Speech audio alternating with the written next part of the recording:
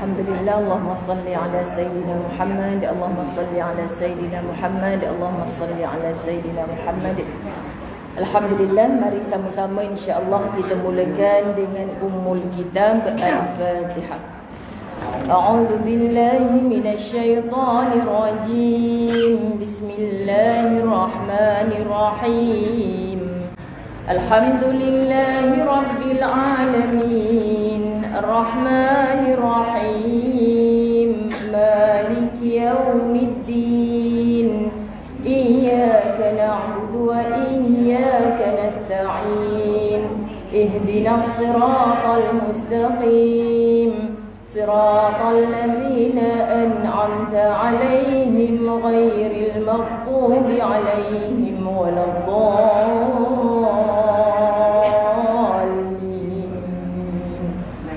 Amin. Bismillahirrahmanirrahim. Alhamdulillahi rabbil alamin. Wassalatu wassalamu ala asyrafil anbiya'i wal mursalin wa ala alihi wa ashabihi ajma'in. Rabbi shrah li sadri wa yassir li amri wahlul 'uqdatam min lisani yafqahu qawli. Rabbi yassir wa la tu'assir ya karim. Rabbi zidni ilma warzuqni fahma. Assalamualaikum warahmatullahi wabarakatuh. Alhamdulillah, setinggi-tinggi syukur pada Allah Subhanahu wa taala, izin limpah kurnianya dapat kita bersama-sama di dalam surau ini. Mudah-mudahan Allah Subhanahu wa taala limpah ruahkan rahmat kasih-Nya kepada kita yang berhimpun di dalam Raudhatul Jannah, taman-taman syurga Allah Subhanahu wa taala. Berniatlah kita yang baik-baik, berdoalah mudah-mudahan Allah Subhanahu wa taala himpunkan kita bersama-sama di dalam syurga yang sebenar apabila kita pulang ke kampung akhirat kelak insya-Allah. Kemudian berselawat, mengucapkan salam kita kepada junjungan besar Nabi Muhammad sallallahu alaihi wasallam. Allahumma salli ala sayyidina Muhammad wa ala ali sayyidina Muhammad. Mudah-mudahan dengan sekali selawat 10 kali dibalasi oleh kebaikan oleh Allah Subhanahu wa taala. Dan malam ini kalau tak silap saya merupakan malam terakhir kita berada dalam Maulidur Rasul bulan Rabiul Awal. Masya Allah, besok sudah Rabiul Akhir, kan? Sedar tak sedar, bulan demi bulan berganti, berjalan. Tak lama lepas tu sudah pun muncul Ramadan kembali, kan? Yang muslimat khususnya sudahkah bertanya kepada diri, menantu anak-anak perempuan kita sudah berbayarkah hutang-hutang puasa Ramadan yang lepas? Dalam pada kita bertapi-tapi, bernanti-nanti, hari demi hari berganti, bulan berganti, tapi kita masih lagi seperti dulu, tidak mengubah apa-apa yang jauh lebih baik di sisi Allah dan Rasulnya. Semoga bukan kita. Ya, jadi sahabat-sahabat muslimin muslimat dirahmati Allah, terima kasih juga kepada pihak surau, pengerusinya, ahli jawatan kuasanya yang sudi untuk menjemput bukan ustazah dan Ustaz Azwan, suami isteri sahaja, tetapi dengan anak-anaknya yang ramai, 40 orang keseluruhannya daripada Kuala Lumpur. Dan kami menginap di Alusta semalam untuk program daurah kami di Menara Alusta. Alhamdulillah bersama 200 orang di puncak menara semalam. Hari ini subhanallah, kan, orang KL bertambahlah, semalam duduk atas puncak, kan. Hari ini kita duduk atas lantai, kan. Mana-mana pun subhanallah, kan, kita duduk dalam keadaan sejuk ke, panas ke, siang ke, malam ke, besar ke, kecil ke, semuanya rezeki daripada Allah Subhanahu wa taala. Ini yang kita nak sebutkan, sahabat-sahabat dirahmati Allah. Allah yang pilih kita berada di sini. Jadi kalau kita mampu melapangkan dada-dada kita, masya-Allah, kan, orang yang berada di rumah yang besar tetapi hatinya tidak tenang, penuh dengan kesempitan, komplain sana sini. PKP telah mengajar kita, masya-Allah, duduk just stay at home di rumah yang besar pun masih mengadu macam-macam pada ustazah, video call, telefon, Bosanlah ustazah asyik ngadap muka dia saja. Dan memanglah ngadap muka dia suami kita kan. Jadi sahabat-sahabat dirahmati Allah, sebab tak boleh keluar rumah, tak boleh tengok suami orang lain. Jadi saya kata, apa hal yang susah hati sangat kan? Suami sendiri. Jadi rupanya tak tenang tengok yang dalam rumah tu. Dia nak keluar juga. Saya kata, apalah yang tak puasnya lagi kan? Rumah berbilik-bilik, macam-macam. Spa pun ada dalam rumah kadang-kadang. Tak puas juga. Jadi sahabat-sahabat, ada yang duduk rumah flat sikit, kecil sahaja, Masya Allah. Seronok ustazah PKP ni, berlaga-laga dekat dapur tu. Kan berlaga-laga dia katakan. Masya Allah, itu yang dia buat seronok. Jadi ternyata bahagia ini atas kita kan, muslimin muslimat dirahmati Allah. Kan kita yang mencarinya, kita yang akan diberi oleh Allah Subhanahu Wa Taala mengikut apa yang kita usahakan, dan kita yakini sungguh-sungguh pemberian Allah Subhanahu Wa Taala kepada kita. Semua pilihan Allah. Jadi bagaimana kita nak melatih hati kita menerima. Terima dengan hati yang benar-benar ikhlas, benar-benar redha. Bila mana kita dibagaimanakan pun oleh Allah Subhanahu Wa Taala, ala kulli hal kita lafazkan alhamdulillah. Masya Allah. Jadi terima kasih juga kepada pengerusi majlis tadi. Alhamdulillah. Mudah-mudahan sahabat-sahabat dirahmati Allah nak jumpa lagi lepas ni dengan orang Langkawi ni tak tahu lagi bila. Betul kan? Saya pernah dulu-dulu sebelum keluar TV semua datang juga Langkawi ni. Kan kemudian senyap macam tu. Jadi bila dah lepas PKP ni orang pakat nak datang Langkawi. Jadi bila ustazah open nak pergi Langkawi ni, orang KL tak sampai seminggu rasanya. Kan penuh, ustaz senyum dah. Kan sebab orang duk call ustaz nak ikut, tak boleh kan. Ferry sengit pula, ramai sangat orang KL masuk Langkawi. Jadi maknanya 40 orang, alhamdulillah. Jadi insya-Allah sahabat-sahabat dirahmati Allah, rombongan Ustazah Zai ni dia merugikan sikitlah shopping center yang dekat Langkawi ni, sebab mereka ni banyak shopping akhirat. Subhanallah. Okay, mereka ni banyak tak ada peluang untuk pergi banyak tempat shopping. Kan? Sebabnya mereka dibawa ziarah masjid, surau, madrasah, masya-Allah kan. Jadi tak tanya pun Ustazah. Jadi kita shopping laksa, ikan sekok saja kan. Ikan sekok, rupanya bukan ikan sekok kan, ada yang sebut ikan sekok, ada ikan sekok. Jadi alhamdulillah sahabat-sahabat dirahmati Allah, apapun yang kita lalui atas muka bumi Allah ni rezeki dari Allah. Kalau kita ajar hati kita untuk menerimanya, masya-Allah, hidup ni sangat lapang, sangat tenang dalam menanti kehidupan yang selama-lamanya, yang pasti tidak ada mati-matinya lagi. So kalaulah kita boleh hidup pagi tadi dengan doa alhamdulillahillazi ahyana ba'dama amatana wa ilaihin nusyur. Kita syukur pada Allah, Allah hidupkan kita. Buka saja mata ni dah ingat, adakah sekejap lagi ni subuh terakhir aku ya Allah?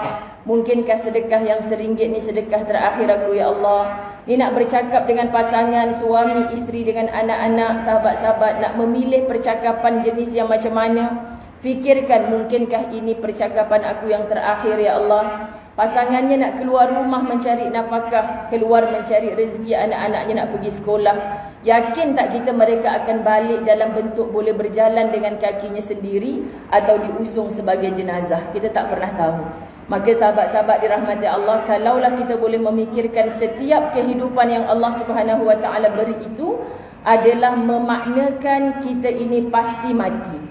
Kerana apa? Kerana syarat untuk mati itu bukan mesti sakit, bukan mesti tua, tapi syaratnya adalah hidup. Dan ternyata sekarang yang semua berkumpul dalam surau ini adalah orang-orang yang hidup. Maka syarat utama untuk mati itu kita ada dah, itulah dia hidup. Jadi belum tentu lagi besok kita dihidupkan oleh Allah Subhanahu Wa Taala. Maka alangkah indahnya kalau hidup ini sentiasa memikirkan tentang mati. Tadi pun ada orang tanya Ustazah, macam mana ya Ustazah nak istiqamah ni untuk bangun tengah malam? Kan bangun malam. Sebab saya dapat bila kita berdoa malam hari, buat solat malam, kita berdoa tu Masya Allah rasa macam terus dapat tenang hati, rasa bahagia. Jadi jawapannya sebab apa? Sebab kita mengetuk arasy Allah walaupun kita berbisik di bumi saat orang lain sedang tidur berdengkur. Tapi kita dalam tidur tu memang Allah Subhanahu Wa Taala suruh kita gunakan malam untuk berehat. Wa ja'alnal laila libasa. Allah jadikan malam ni sebagai pakaian, satu perkara yang perlu untuk kita rehatkan diri kita setelah seharian kita berpenat lelah. Tak boleh juga Nabi SAW tegur sahabat yang menghidupkan malam sepanjang malam tanpa tidur. Bila ditanya pasal apa? Pasal semata-mata nak beribadah kepada Allah. Nabi tegur. Nabi kata, aku pun tidur juga. Subhanallah, sahabat-sahabat dirahmati Allah. Jadi Allah nak pinjam sebahagian kecil daripada masa kita, sikit saja. Mampukah kita bersujud kepada Allah untuk mencari ketenangan demi ketenangan, supaya Allah Subhanahu wa taala datangkan kita dengan pelbagai fasa ujian, kita masih mampu untuk mendepaninya. Di atas bas tadi saya sebutkan, ujian takkan berakhir selagi mana kita hidup. Jangan pernah minta dengan Allah, aku dah tak sanggup dah ya Allah. Kamu masih hidup. Orang yang hidup tidak akan berhenti dengan ujian. Sama ada berbentuk musibah atau berbentuk nikmat. Kalau ditanya pada orang Langkawi, nak ujian dalam bentuk nikmat ke ujian dalam bentuk musibah? Orang Langkawi je jawab, orang KL tak boleh jawab. Kan? Nak ujian bentuk nikmat ke ujian bentuk musibah? Senyap. Nak ujian bentuk nikmat. Sebab apa ujian bentuk nikmat? Kereta besar, rumah besar, isteri besar. Kan nak ujian dalam bentuk nikmat. Masya Allah. Sebab apa? Syok dapat. Tapi kalau ditanya kepada para sahabat Nabi SAW, nak ujian dalam bentuk musibah. Kerana apa ya sahabat-sahabat dirahmati Allah? Jauhnya kita dengan mereka ini, maka saya dapat mengenal pasti banyak orang bila belajar lagi terasa jahilnya diri. Maka perlulah kita menghadirkan diri ke majlis-majlis ilmu, suka mendengar perkara-perkara yang dibahas. Afala yatadabbaruna al-Quran. Kamu perhati tak? Kamu explore tak akan Al-Quran? Kamu kenal tak Nabi Muhammad sallallahu alaihi wasallam melalui lisan Nabi sallallahu alaihi wasallam yang mulia? Lebih 1400 tahun dahulu Nabi bercakap begini. Lalu isteri-isteri Nabi, para sahabat Nabi meriwayatkan hadis-hadis yang datang daripada percakapan ataupun perbuatan Nabi. Jadi hari ini sahabat-sahabat dirahmati Allah, kita baca melalui hadis, maka kita baca syarah, kita mengaji daripada guru-guru kita, asatizah kita memahami satu hadis demi satu hadis. Jadi untuk apa tujuan semua ini? Untuk kita memaknai, untuk kita memahami bahawa ujian-ujian yang datang dalam hidup ini berbentuk nikmat, membanyakkan manusia itu makin jauh dengan Allah. Terlupa. Sebab apa kita dapat begini? Oh, sebab aku rajin bekerja. Sebab apa aku dapat rumah yang besar? Sebab aku yang mengusahakan. Aku. Kita terlupa sahabat-sahabat dirahmati Allah bahawa di sana ada Allah. Allah yang maha besar. Memilih kita untuk mendapat rezeki yang bagaimana. Tetapi bila ramai orang diuji dengan musibah, kan, diuji dengan musibah, maka ketika itu ramai orang menyebutkan ya Rabb, mencari-cari di mana Tuhannya. Justru ujian dalam bentuk musibah rupa-rupanya mendekatkan kita dengan Allah. Ujian dalam bentuk nikmat, dulu sempat je datang surau, untuk datang bersolat jemaah, sempat. Bila dah makin naik pangkat, bila dah makin sibuk, tak sempat saja. Kan orang pun cakap dia sibuk sekarang ni. Sepatutnya kita merasa malu dengan Allah. Ya, tak sempat datang ke surau berdekatan dengan rumah kita sebab kita sibuk di luar. Tapi pejabat yang semakin besar, staf yang semakin ramai, pernahkah kita ajak mereka untuk sentiasa menghidupkan pejabat baru kita itu dengan solat berjemaah? Kita imamnya. Kalau menjadikan nikmat itu kita makin jauh dengan Allah, itulah sebenarnya musibah yang akan membuka luas kawah-kawah api neraka kepada kita, na'udzubillah. Sebab api neraka Allah itulah tempat terakhir seluruh orang berkeluh kesah. Jadi sahabat-sahabat dirahmati Allah, latih diri kita untuk sentiasa bersiap sedia menerima apa saja ujian. Ujian-ujian dalam hidup inilah, Masya Allah, Tabarakallah, apabila disebutkan kamu semua kita satu hari nanti pasti akan melalui satu ujian yang besar, itulah sakaratul maut. Ya, jadi kalau kita latih diri kita, ujian ni besar bagi aku, tapi ada orang lain yang diuji dengan lebih besar lagi. Subhanallah, besar mana ujian kita hari ini masih boleh bersandar di bahu suami. Besar mana ujian kita hari ni masih boleh halu anak-anak balik kampung. Ayah kamu sakit ni, mak tak larat nak angkat mak ayah kamu ni. Ujian kita besar mana jiran tetangga masih datang tolong hantar bantuan. Ujian kita besar mana masih ada duit dalam akaun bank kita untuk bantu saat kita susah dengan izin Allah. Tetapi bila ujian yang besar sakaratul maut, tak ada siapa boleh tolong kita. Anak-anak membisikkan ayah, sebut Allah. Kenapa lidah kita tak boleh bergerak, ibu ayah sekalian? Kerana bukan tergantung siapa yang memimpin kita di telinga kita saat itu, tetapi tergantung dengan amal soleh saat hidup kita. Jadi kalau kita diuji, masih ada orang yang sudi untuk membantu, itu masih lagi ujian kecil. Masih lagi kita boleh tulis status Facebook, sedih hari ni, ramai pula yang komen kan. Tak apalah, sabar je lah, nak buat macam mana kan, sahabat-sahabat dirahmati Allah. Tapi bila mati nanti ada berani kan, malaikat datang dah jemput aku ni kan. Tak ada dah Facebook ke apa, tak ada. Subhanallah sahabat-sahabat dirahmati Allah. Semalam kami sampai di Al-Usta, tiba-tiba semua WhatsApp down. Semua orang tak boleh hantar WhatsApp. Sedangkan tim khidmat utara saya, Masya Allah, sibuk nak buat kerja-kerja kebaikan ni. Masya Allah, macam mana Ustazah, arahan ni tak masuk lagi, yang ni tak masuk lagi. Macam super kalut habis dah. Tiba-tiba pagi tadi kita nak buat live Facebook pun down, tak boleh. On the way ke sini tadi baru kita tengok live Facebook boleh on. Masya Allah, dah mula dah macam-macam spekulasi. Yahudi lah ni tak bagi ustaz-ustazah berceramah ni. Macam-macam spekulasi, sahabat-sahabat dirahmati Allah. Saya hanya memikirkan Tuhan, baru hilang dari radar beberapa jam, sekejap je. Padahal dulu kita biasa hidup kan tanpa semua ini. Bayangkan kalau kita dipaksa just stay at home zaman dulu-dulu. Tak ada internet kan, agak-agaknya apalah kita buat sahabat-sahabat dirahmati Allah. Tak boleh nak scroll up down Facebook punya resipi. Kan masa PKP ramai isteri-isteri makin pandai masak kan. Sebab macam-macam resipi dalam Facebook, dalam ni. Tapi ramai juga yang simpan je resipi, tak buat-buat pun lagi kan. Jadi sahabat-sahabat dirahmati Allah, nak sebutkan apa? Terima kasih. Nak sebutkan apa, sahabat-sahabat dirahmati Allah? Kita ini makin lama makin bergantung kepada semua perkara-perkara yang macam memudahkan hidup kita. Kita terlupa sebenarnya tempat bergantungnya kita sebenarnya adalah Allahus Samad. Allah tempat kita memohon segala hajat. Allah tempat kita bersandar. Allah lah segala-galanya, Masya Allah. Kalau ini kekuatan kita, dalaman kita dihentak dengan badai halilintar, apa pun di luarnya, insya-Allah kita akan kuat. Bahkan orang yang akan bertanya, kau tak sedih ke? Kau tak takut ke? Aku pelik kau ni boleh sabar lagi dengan ujian macam ni. Jawapannya, innallaha ma'ana. Allah bersama-sama dengan kita. Jadi sahabat-sahabat yang dilangkaui ini, bagi yang belum tahu, mungkin tak follow Ustazah Muzayyanah di talian, setiap hari dalam PKP saya membahaskan kitab La Tahzan karangan Dr. Aida Al-Qarni.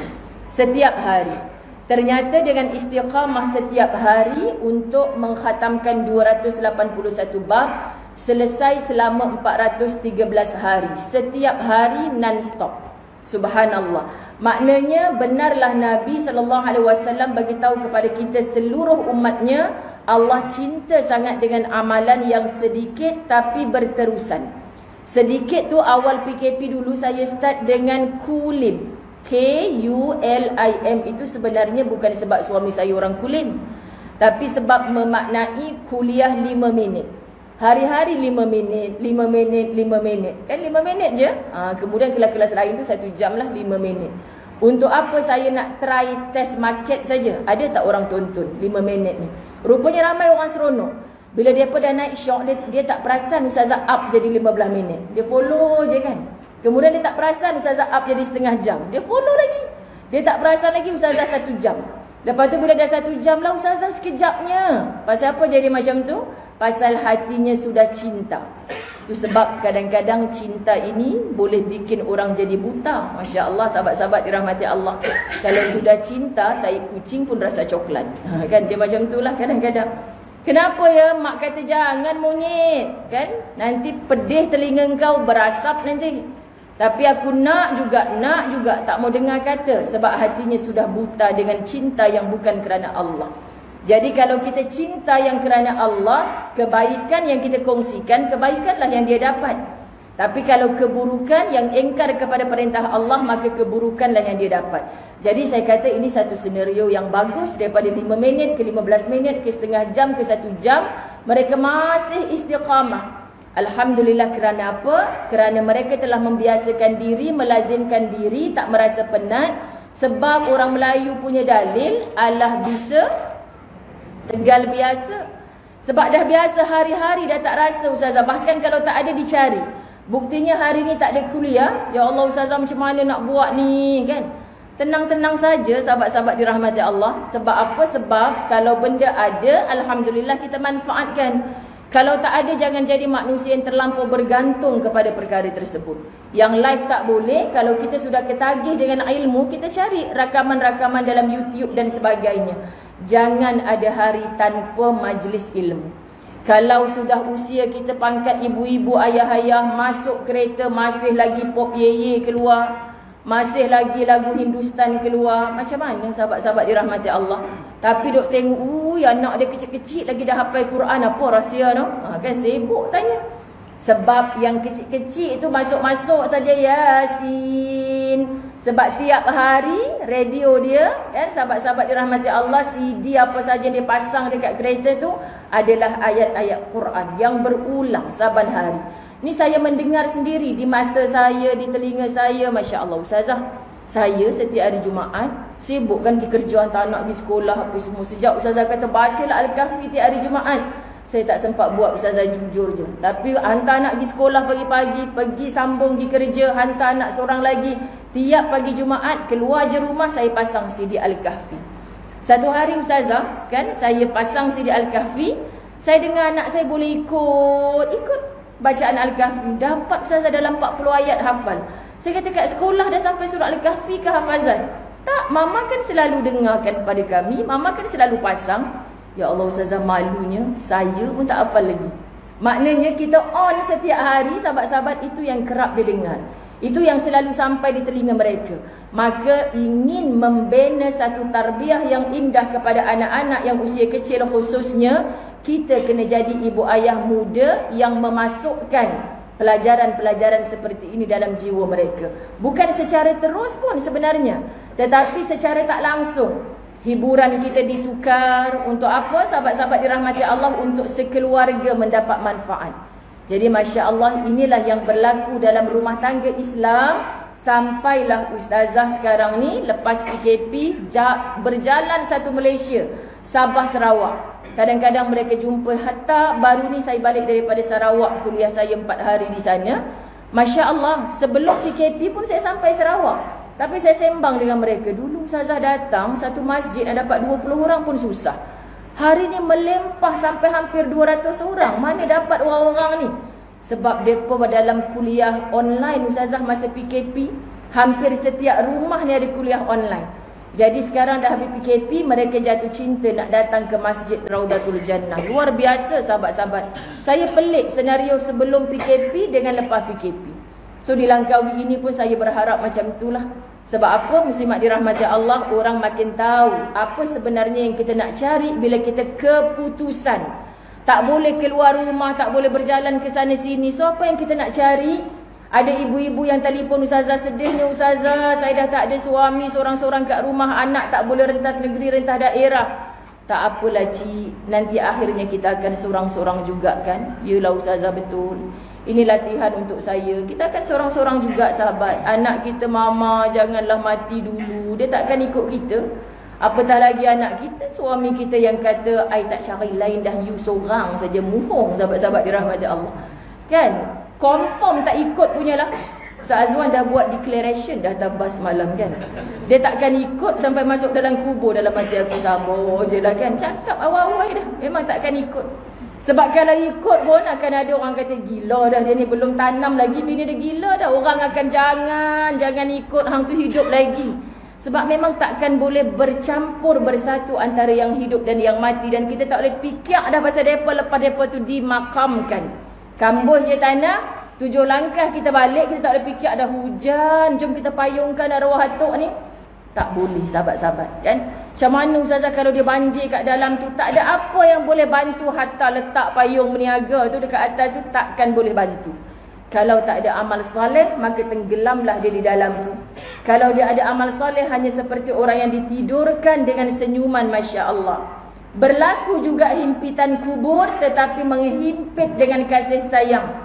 Seperti dakapan seorang ibu yang rindukan anaknya yang dah lama tak pulang.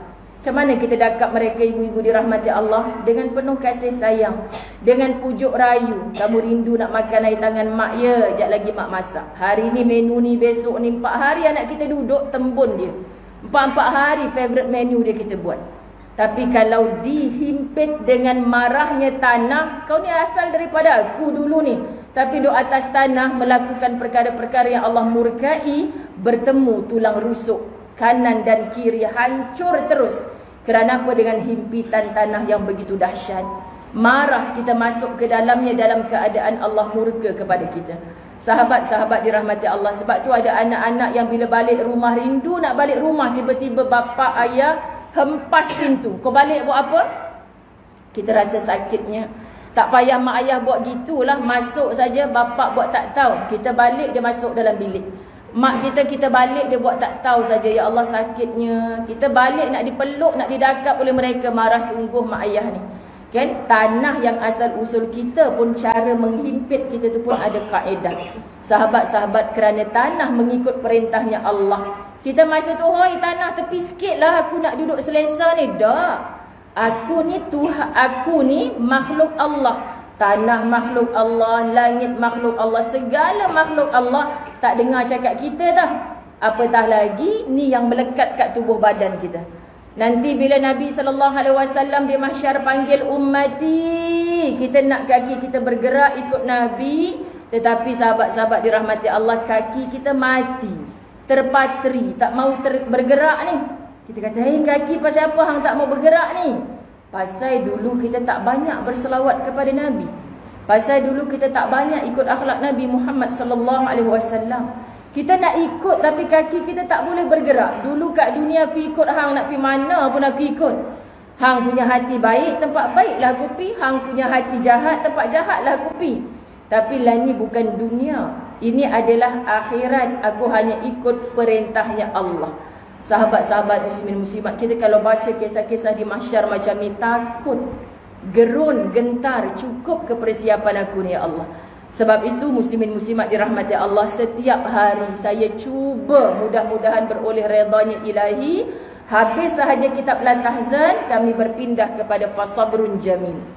Buku yang baru saja sahabat-sahabat dirahmati Allah, saya menelaah bersama sahabat-sahabat dalam talian. Masya Allah, tabarakallah. Sampai dah sekarang ini kepada bab apakah yang membuatkan kita mudah berputus asa. Ramainya ibu-ibu yang duduk kat luar sana, okey ke? Okey, kalau rasa nak duduk kat depan ni saya lagi suka sebenarnya. Kesian dia terintai-intai macam tu pintu kan, masya-Allah. Allahumma salli ala Muhammad. Baik, apakah yang membuatkan kita mudah berputus asa? Pertama, apabila kenyataan tidak selari dengan harapan.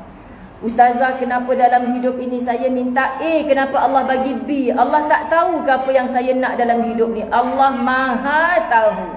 Allah Maha tahu. Ini sifatnya Allah. Kita yang hanya tahu apa yang berlaku depan mata. Oh, pakai tudung pink, oh tudung hitam, tahu. Kalau kata Ustazah, cuba teka belakang Ustazah ada apa?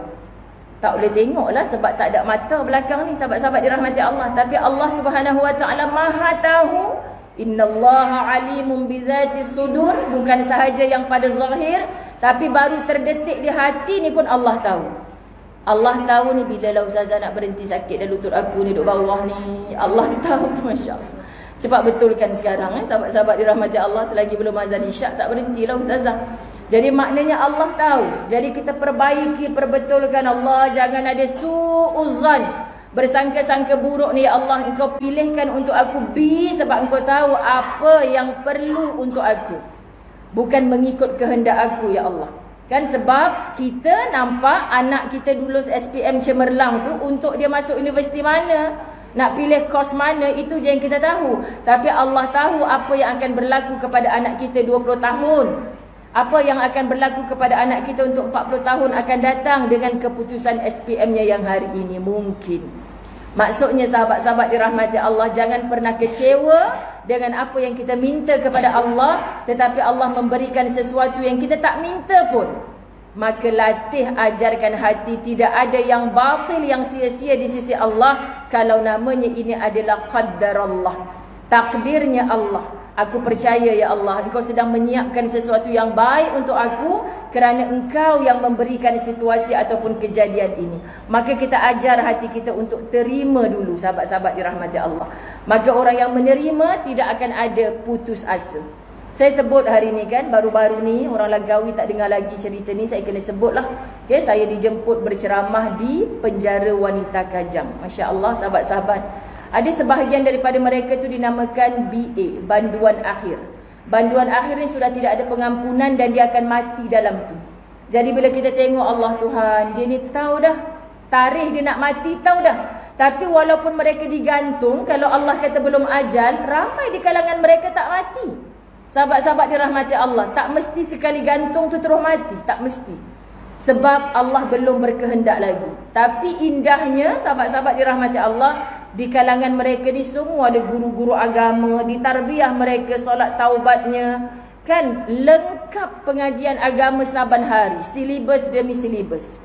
Tapi bersembang dengan mereka kita dapat tahu, ada orang yang duduk di balik besi, tembok besi, di balik tembok yang begitu kukuh. Saya dibukakan penjara punya pintu tu dengar bunyi selak ke besi tu kan. Terus meremang bulu roma, rasa nak rebah kat situ. Hati cakap kontrol ayu, kontrol macho, pengsan kat sini, siapa nak ceramah lagi. Sebenarnya memang takut gila-gila punya takut. Kita tak pernah masuk tempat macam tu, sahabat-sahabat dirahmati Allah kan. Takut yang pertama berlaku dah tadi. Kita dah plan dah ayat apa nak baca depan orang-orang penghuni penjara ni, hadis mana nak baca kan. Kita bukan orang alim, sahabat-sahabat dirahmati Allah, semua duk catat nota dalam handphone. Tiba-tiba pegawai kata, Ustazah, tak ada siapa pun dibenarkan bawa handphone dalam ni. Mampu aku kan. Apa ayat aku nak baca ni kejap lagi ni. Rupanya handphone kena letak luar, sahabat-sahabat dirahmati Allah. Maka Allah izinkan lidah ini bercakap dengan mereka apa sajalah yang sedikit Allah bagi di dalam dada. Masya Allah. Rupa-rupanya Allahu Akbar, sahabat-sahabat dirahmati Allah, mereka yang menerima, ya Allah yang letakkan aku dalam ni. Kita nampak walaupun duduk di balik tembok besi, mereka itu duduk dalam tenang, lapang, bersih, ceria wajah mereka. Tapi yang sehingga saat itu dah 4 tahun, 15 tahun masih tak boleh menerima. Kenapa saya, Ustazah? Bukan salah saya dianiaya duduk dalam ni, tapi bukti tak cukup kan, maka dia lepas, saya yang terpaksa duduk dalam ni. Kenapa saya? Takkan berlaku sesuatu walaupun ia buruk di mata kita, sahabat-sahabat dirahmati Allah, tanpa izin dan kehendak Allah.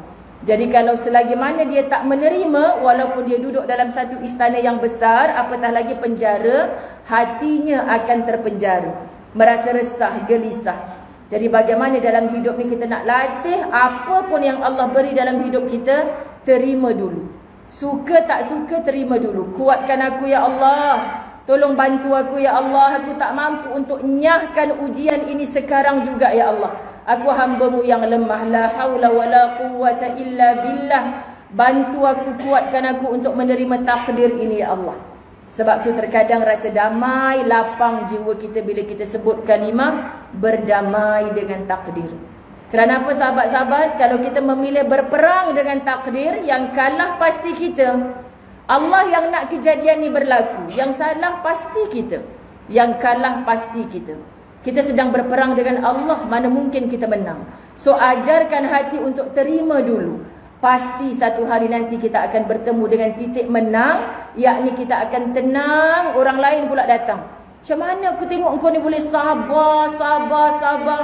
Sebab Allah yang perintahkan supaya sabar sampai mati. Sahabat-sahabat dirahmati Allah. Subhanallah.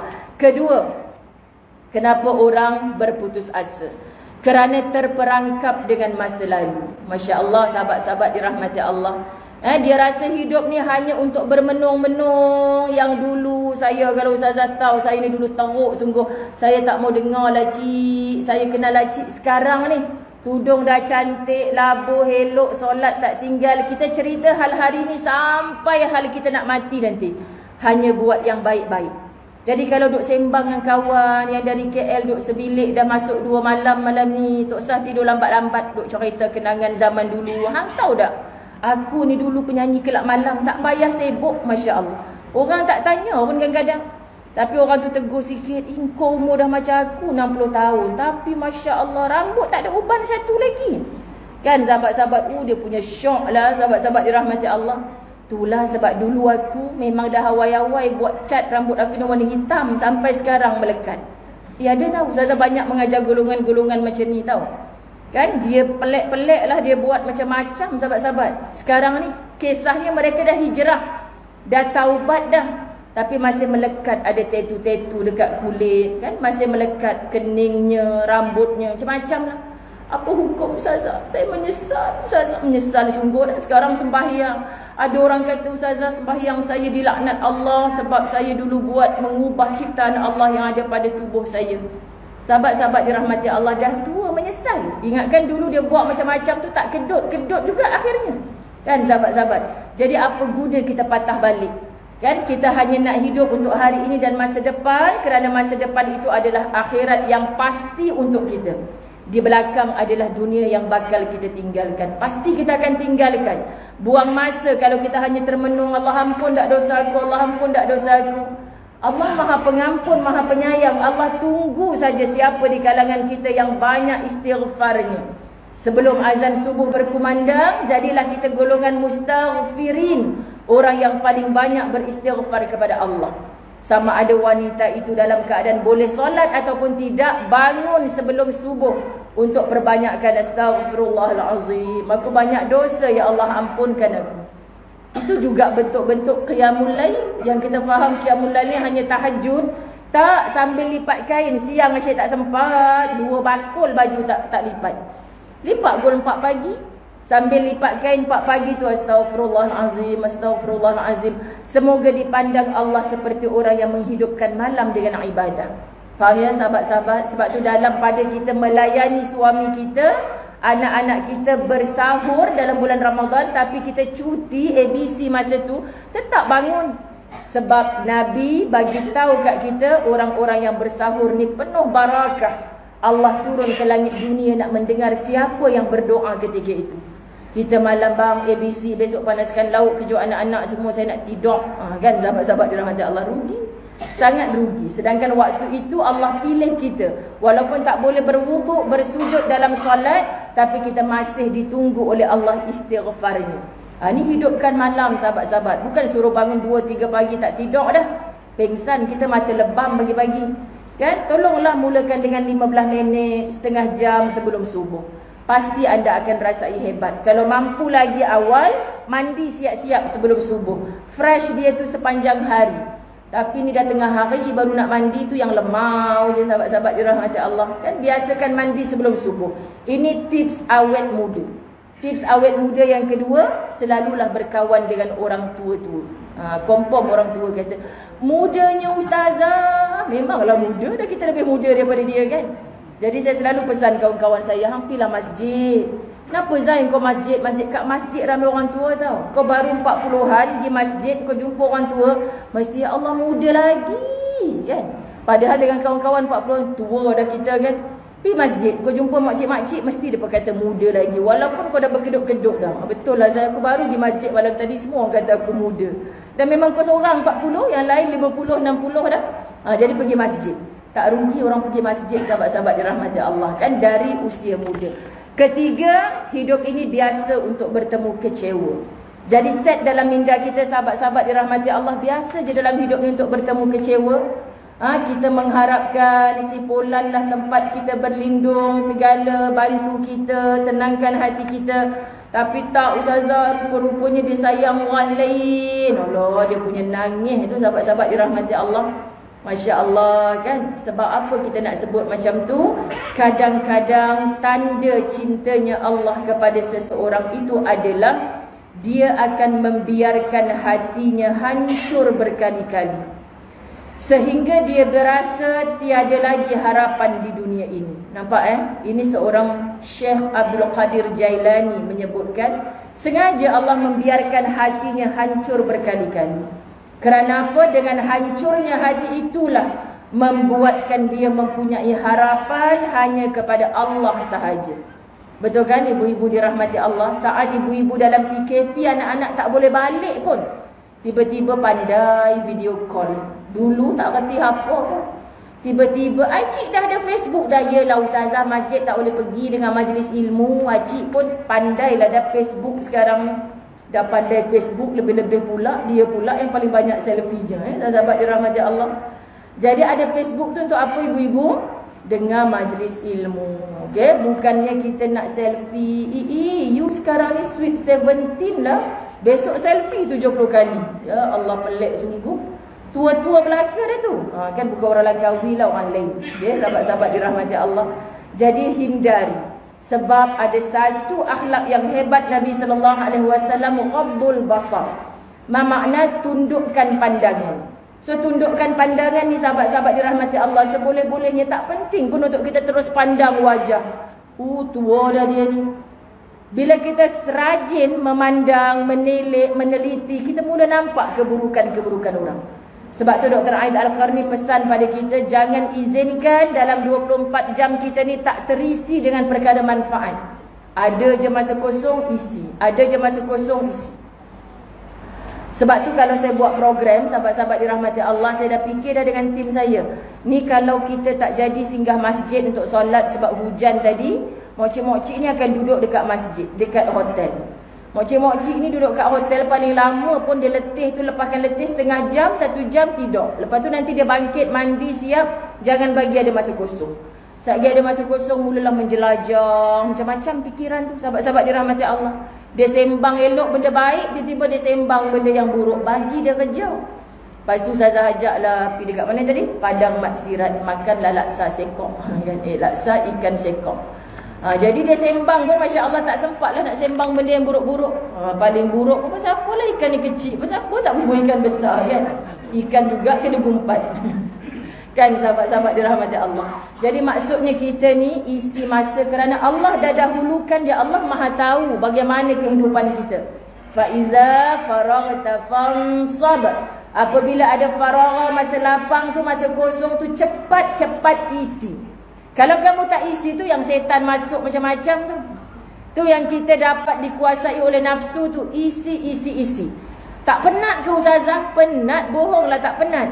Tapi penat memikirkan pasal apalah dia tu. Lah ni tak pandang muka aku kalau bercakap. Sombong dia tu sekarang ni sejak dah kaya. Lagi penat otak kita. Faham tak sahabat? Sebab kita bersangka-sangka buruk. Benda yang tak berlaku pun kita sangkakan. Ni musim-musim macam ni tolong hati-hati sahabat-sahabat dirahmati Allah, hati-hati.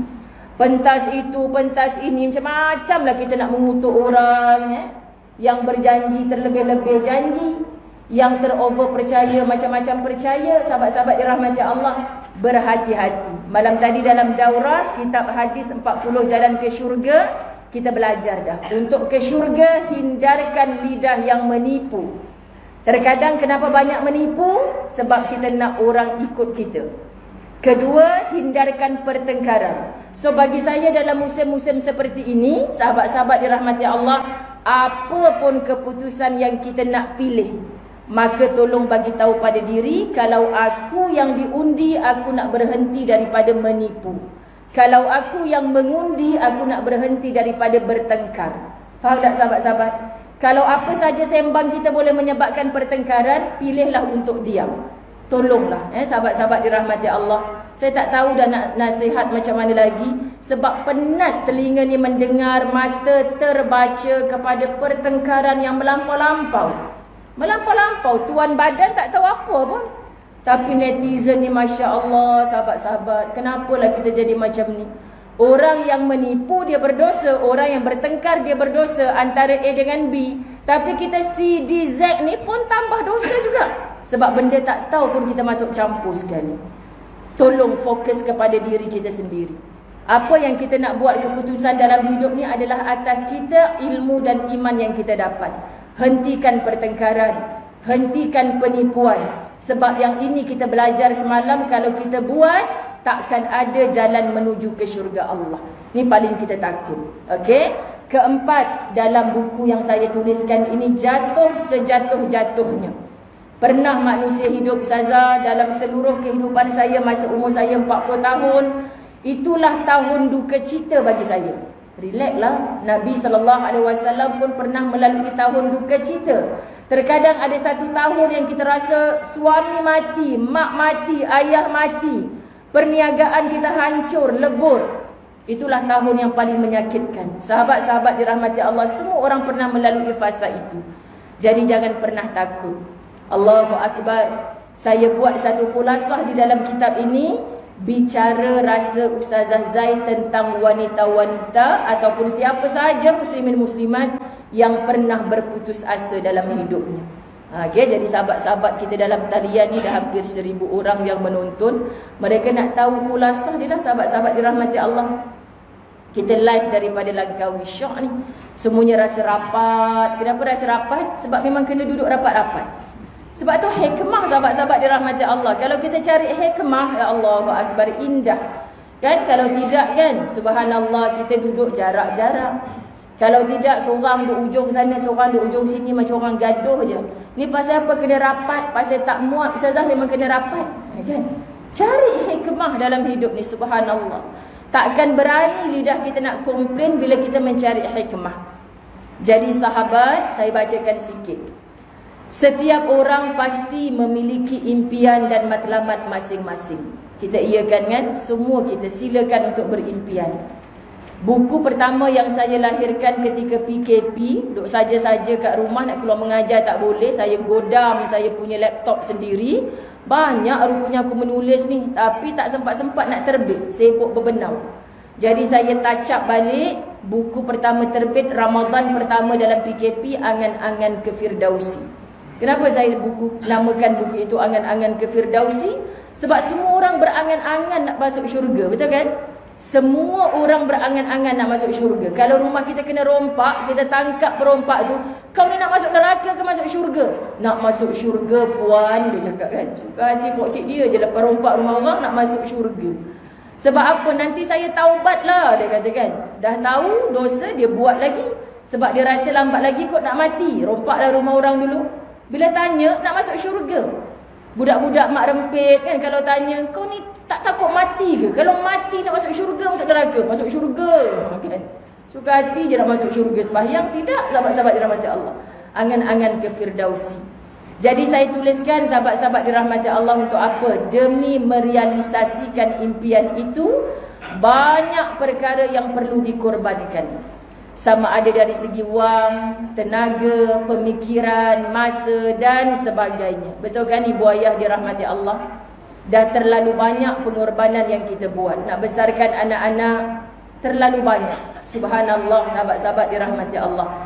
Kan kalau kita kata pengorbanan, apa yang kita suapkan kepada anak-anak, apa yang kita ikat perut demi anak-anak, apa yang kita perjuangkan demi orang-orang yang kita lindungi, semua ini tidak sia-sia di sisi Allah. Jangan pernah diungkit-ungkit. Mengungkit seorang ibu dan ayah untuk tujuan pelajaran, itu tidak pernah salah. Tetapi jangan ada ketidakikhlasan. Kalau mak tahu macam ni, mak picit-picit kau masih kecil dulu biar mampu awal lagi. Kan sahabat-sahabat dirahmati Allah. Itu ibu yang tidak ikhlas. Macam mana kita nak claim depan Allah nanti, ya Rabb, sampainya hati anak aku, ya Allah, aku bersusah payah untuk dia dulu. Allah bukan tak tahu, Allah tahu. Sebab tu nanti di akhirat Allah cari siapa orang-orang yang dianiaya, siapa orang-orang sahabat-sahabat dirahmati Allah yang di dunia tak dapat pembelaan. Allah tanya, ada tak di kalangan hamba-Ku ini yang dulu kat dunia dia rasa tak ada siapa nak bela dia, dia rasa dia hidup yang paling teraniaya. Allah suruh kita angkat tangan. Ibarat macam itulah. Kalau saya kata siapa kat sini dah tak tahan, rasa nak bangkit, nak balik kat hotel, angkat tangan. Tak ada seorang lah pula, padahal ada kan. Itu cakap betul kan sahabat-sahabat. Siapa kat sini lapar ni, tak ada siapa berani angkat tangan, padahal ada kan. Jom aku betul-betul. Masya Allah. Allah tanya kita, siapa nanti yang dianiaya di dunia dulu? Bagi tahu mai dekat aku ni. Tangan kita automatically angkat. Sebab tangan kita tahu lama dia ni dulu menderita di dunia, tak ada siapa yang sokong dia. Tangan kita tahu. Kita tak nak angkat lagi tapi tangan kita tahu. Tangan kita angkat, bagi tahu dengan Allah. Hang pasal apa angkat tangan? Orang hutang duit aku, ya Allah. Sengaja tak mau bayar, ya Allah. Sengaja aku ni susah dia tak mau bayar, ya Allah. Aku dianiaya. Aku seorang isteri tapi tidak dinafkahi, ya Allah, aku dianiaya. Allah suruh panggil orang tu. Panggil. Bayar balik hutang. Bayar balik nafkah yang kamu tangguhkan dulu. Aku nak bayar bagi apa ya Allah? ATM tak ada dah. Dunia pun dah tak ada dah, fana, binasa, habis. Aku tak bawa bekalan. Kain kafan aku tak berpoket dulu, bawa duit RM50 nak bayar hutang orang. Tak ada, sahabat-sahabat. Aku nak bayar pakai apa ya Allah? Pindahkan pahala orang tu kepada orang yang kamu aniaya. Subhanallah. Tak cukup ya Allah dia aniaya aku selama 30 tahun. Ni baru terbayar untuk 20 tahun ya Allah. Aku ambil dosa yang telah terbuat dan belum diampunkan oleh orang yang dianiaya, Allah pindah kepada orang yang menganiaya. Akhirnya berapa ramai manusia yang muflis di akhirat kelak, sahabat-sahabat. Hanya kerana kat dunia ni tak ada siapa bela dia, tapi di akhirat Allah yang maha membela dia. Kalau kita yakin dengan keadaan yang begini, kita tak takut hidup atas dunia sebatang kara, sorang-sorang.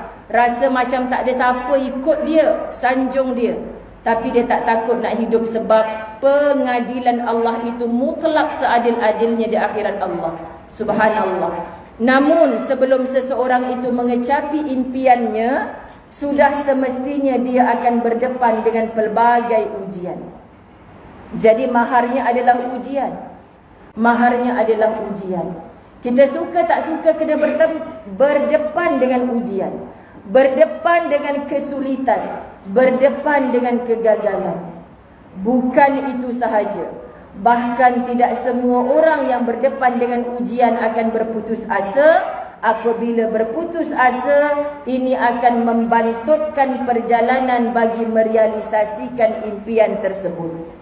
Jadi dalam hidup, jangan pernah berputus asa. Sekali kita berputus asa, sahabat-sahabat, syaitan akan mudah masuk.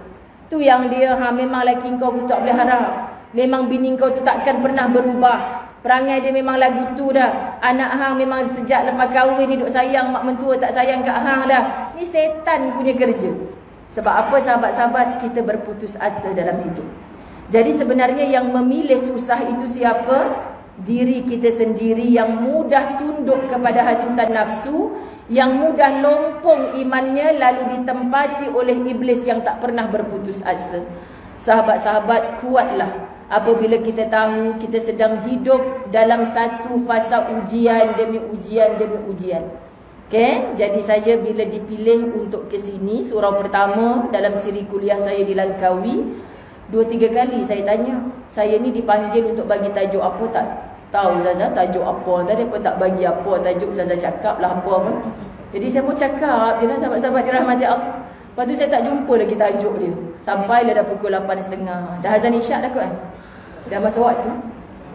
Oh belum lagi? Dah masuk. Okay, jadi sebab saya nampak 8.30, kalau kat KL ni dah azan, Langkawi lewat sikit kan? Jadi saya landing time. Okay, landing time.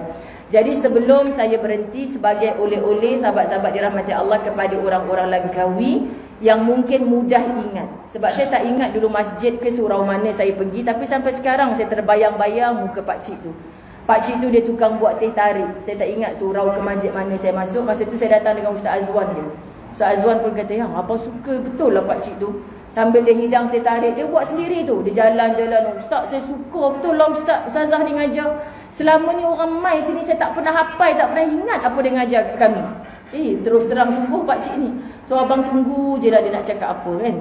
Jadi dia kata, saya ingat sungguh Ustazah ngajar malam ni, tajuk dia 3S Jalan ke Syurga. Dia kata kan. Memang malam tu saya bagi tajuk tu. Sebab masa tu saya baru-baru keluar radio IKIM. Pengerusi surau kata, saya nak sangat Ustazah ulang balik dalam radio IKIM tu yang cerita pasal 3S Jalan ke Syurga tu. Dia kata kan. Jadi dekat radio tu sangat Ustazah ceramah kat tempat saya 3S Jalan ke Syurga. Saya pun ulang balik syok. Sebab benda dah di dalam kepala sahabat-sahabat. Rupanya pakcik tu kan buat teh tarik tu kata, saya ni sambil duk buat teh tarik ni saya duk ingat Ustazah. S yang pertama solat, kata kan. S yang kedua salawat atau ikut sunnah Nabi SAW. S yang ketiga silaturrahim. Saya rasa malam ni saya pelajar cemerlang sungguh, kata kan. Saya tak pernah ingat penceramah datang tempat saya ni dia cakap pasal apa. Dia kata, tapi malam ni saya betul-betul ingat. Pak abang nak tergelak, apa ni, takut pakcik tu terasa. Ustaz lah cakap kat Ustazah kan. Jadi maksudnya sahabat-sahabat dirahmati Allah, saya bukan orang alim, cuma untuk mengisi masa ibu-ibu ayah-ayah yang datang ke surau ini pada malam ni. Cuma jom kita perbetulkan, sebab jalan ke syurga ini percantikkan hubungan kita dengan Allah.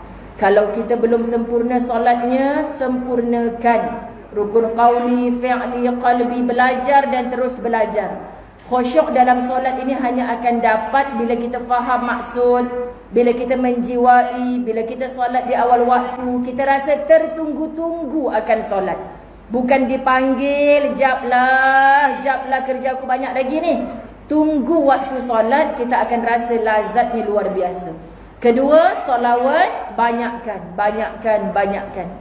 Saya ulang lagi sahabat-sahabat cerita sebelum saya datang Langkawi daripada Ustaz Syekh Abdul Qadir Al-Jofri. Sahabatnya, seorang qari, bekas qari yang meninggal dunia 12 Rabiul Awal tahun lepas. Ustaz Wan, orang Kelantan. Kita ingat, kes tu viral. Dia kata apa? Meninggal 12 Rabiul Awal. Rupa-rupanya anak-anak murid dia kata, Ustaz dulu selalu sebut nak mati 12 Rabiul Awal. Mana tahu dapat syafaat Nabi, sempena kelahiran Nabi. Nak mati 12 Rabiul Awal. Rupanya masa dia menang Johan Qari antarabangsa tu, dia dapat hadiah sebuah rumah daripada kerajaan negeri Kelantan. So 12 Rabiul Awal, cuti public holiday, dia bersihkan rumah, sakit dada, terus meninggal. Masya Allah, tak sempat duduklah rumah baru ni sahabat-sahabat dirahmati Allah. Jadi ustaz, kawan-kawannya tanya pada isteri, apa amalan? Subhanallah, nampak macam mudah kematian, mudah urusan, muda lagi. Amal solehnya luar biasa. Isterinya kata amalan hariannya adalah memastikan sehari dia wajibkan diri dia untuk berselawat sebanyak 12,000 kali. Bicara dia apa sahabat-sahabat dirahmati Allah? Mana tahu dia lazimi 12,000 kali selawat, dia dapat mati 12 Rabiul Awal. Sahih sahabat-sahabat dirahmati Allah. Jadi saya bila dengar cerita ni, Allah, dia nak, dia buat. Aku ni macam mana ni ya Allah? Aku nak mati husnul khatimah, aku kena hidup dengan kebaikan itu. Baru nanti aku mati dalam baik itu. Jadi kita buat persiapan. Banyakkan selawat, banyakkan ikut sunnah Nabi SAW. Sunnah Nabi SAW. Benda-benda sunat ni berapa banyak kita kata sunat je. Jangan perlekeh. Tak nak buat, kamu tak berdosa. Tapi kalau tak buat, jangan mengeji, menghina. Kau dah pasal apa ni? Pakai kayu sugi ni, aku tengok busuk, jijik aku tengok. Kamu sedang menghina Nabi. Kamu tak pakai kayu sugi, kamu tak berdosa. Gantikan dengan ubat gigi. Kalau langsung tak gosok gigi, tu yang orang tak nak duduk sebelah kita. Subhanallah kan? Sebab membersihkan diri kita adalah separuh daripada iman. Kemudian itu hubungan kita dengan Nabi SAW. So hubungan dengan Allah hanya melalui solat. Hubungan dengan Nabi banyakkan selawat dan ikut sunnah. Kalau keduanya kita jaga, jangan perasan syurga sangat. Aku duk puncak Gunung Jerai ni pasal apa? Pasal aku tak nak campur dengan orang. Semuanya duk suka ngumpat orang ni. Kan kemain macam dia seorang je yang baik, tak pernah ngumpat orang. Jadi dia pergi duduklah dekat gua mana. Sebab apa? Sebab dia tak mau campur orang. Orang duk kata, jiran baik hang tu duk kahwinkan anak tu, dia jemput hang ni. Kan aku tak mau pergi dah. Semua tak mau. Sebab dia putuskan silaturahim. Jadi orang yang putuskan silaturahim, Nabi yang bagi tahu la yadkhulul jannah, tak masuk syurga. Sahabat-sahabat pada malam ni tolong banyak istighfar pada Allah. Tolong minta maaf kepada siapa saja yang kita pernah buat salah. Tolong pujuk hati untuk memaafkan musuh-musuh kita. Jangan mati dalam keadaan kita ada musuh. Baik dalam bidang apapun, jangan mati. Bayangkan sahabat-sahabat, kalau kita mati masih ada musuh, kita tak bertegur, bercakap dengan orang, jauh lagi jalan-jalan syurga tu untuk kita. Jadi sebelum mati ni, clearkan dengan semua orang. Jaga silaturahim. So boleh ya, sekali lagi saya ulang. Saya tak jumpa dah kot pakcik tu. Jadi tapi orang Langkawi saya ingat. Saya ingat Ustazah, kami duk makan tu dengar. Ustazah, makasih Ustazah. Saya ingat pertama solat, kedua salawat ataupun sunnah Nabi kena amal. Ketiga silaturahim, saya nak amal mulai malam ni. Semangat pakcik ni. Dan aku yang berceramah ni pun boleh ingat balik. Sampai sekarang ni saya ingat wajah dia. Tapi malam ni dia tak ada kat sini lah. Sebab tak nampak pun muka dia. Jadi Masya Allah, tabarakallah, sahabat-sahabat dirahmati Allah. Moga Allah ampun dosa-dosa kita. Ya, saya berada di Langkawi. Orang kata pasal apa malam ni Ustazah banyak cakap Kedah, jadi minta maaf. Kalau Kedah saya ni, Kedah suami saya selalu cakap macam Cina masuk Islam. Tapi saya nak juga bercakap sebab saya berada di negeri Kedah. Okey, anak-anak ni Masya Allah bagus sebab datang surau, dengar ceramah tapi tak bising, tak bercakap. Okey, selalulah datang. Sebab apa tak berlari-lari, tak bercakap-cakap? Sebab tak ada ruang nak berlari, betul kan? Ini antara hikmahnya sahabat-sahabat dirahmati Allah. Jadi senyap. Bilalah makcik ni nak berhenti bercakap. Okey, Ustazah berhenti dulu. Kita jumpa lagi di lain waktu. Kita tunaikan kewajipan kita fardu isyak. Maaf zahir batin. Wabillahi taufiq wal hidayah. Assalamualaikum warahmatullahi wabarakatuh.